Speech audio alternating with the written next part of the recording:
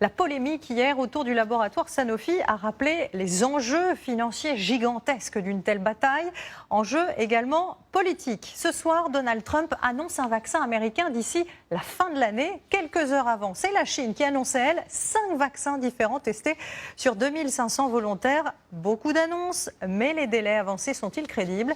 Regardez cette enquête de Marc de Chevigny, Jean-Yves May et Christophe Buisine. Personne de sérieux ne me dit qu'avant la fin de l'année, on a des vaccins qui sont disponibles. Je pense qu'on aura un vaccin avant la fin de l'année, peut-être plus tôt encore. Un vaccin dans le courant du premier semestre 2021. Nous espérons avoir un vaccin disponible au deuxième semestre 2021. La question, c'est qui va trouver en premier un vaccin? Un vaccin avant la fin de l'année ou l'année prochaine, beaucoup en rêvent, mais d'un point de vue scientifique, cela relèverait presque du miracle. À l'Institut Pasteur, le berceau de la vaccination, on comprend bien que compter les semaines ou les mois jusqu'au vaccin, c'est faire preuve de beaucoup d'optimisme. Car d'ordinaire, on parle plutôt en années.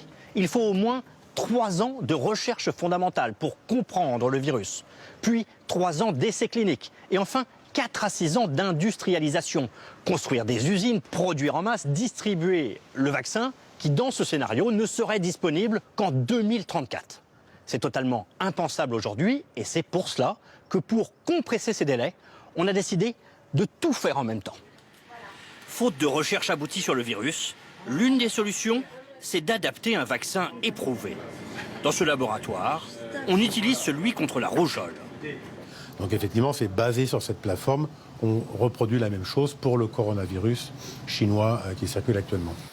2 premiers essais cliniques pourraient débuter sur des volontaires dès l'automne, pour des résultats attendus en début d'année 2020. La compétition est internationale, car plus de 130 projets de vaccins sont aujourd'hui poursuivis dans le monde. Et une dizaine d'entre eux a d'ores et déjà commencé ses tests sur des humains. C'est le cas ici en Chine, où un laboratoire assure être tout proche du but. Son vaccin a déjà montré son efficacité sur des macaques. Il a déjà un nom, Coronavac, et un conditionnement. On travaille jour et nuit pour développer le vaccin pour le Covid-19. On a 3 groupes de travail par équipe pour produire 24 heures sur 24, ce qui veut dire qu'on ne perd pas une minute pour le développement. La production de millions de doses a été lancée sans même savoir si le vaccin sera un jour autorisé, quitte à tout jeter en cas d'échec. Et c'est aussi le pari que l'on s'apprête à faire chez le français Sanofi, près de Lyon.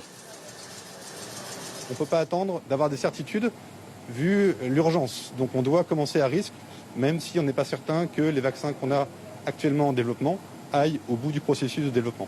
Nos capacités estimées au premier semestre de l'année 2021 sont de 90 à 350 millions de doses. Là encore, en fonction du besoin, nous pourrons voir adapter ces capacités de production en fonction de la demande. Des millions de flacons et des milliards de dollars d'investissement. Une course à la dépense menée aujourd'hui sans ménagement par Donald Trump. Mon gouvernement a engagé 10 milliards de dollars. Cela s'appelle Opération Warp Speed. Cela veut dire fort et rapide. C'est un effort scientifique, industriel, logistique, massif, du jamais vu dans l'histoire des États-Unis depuis l'invention de la bombe atomique. L'Europe, avec son Téléthon, tente désormais de combler son retard. La Commission européenne mobilise 1 milliard d'euros. Même si ces coûts paraissent très élevés par rapport à la normale, on sera probablement à plusieurs dizaines de milliards de dollars, alors que d'habitude, on considère qu'un vaccin, c'est 1 à 2 milliards lorsqu'on arrive à le trouver. Mais les bénéfices, c'est une situation sanitaire mondiale qui est stabilisée, c'est-à-dire une économie mondiale stabilisée. L'enjeu est colossal, les moyens illimités, mais la science, elle, reste incertaine.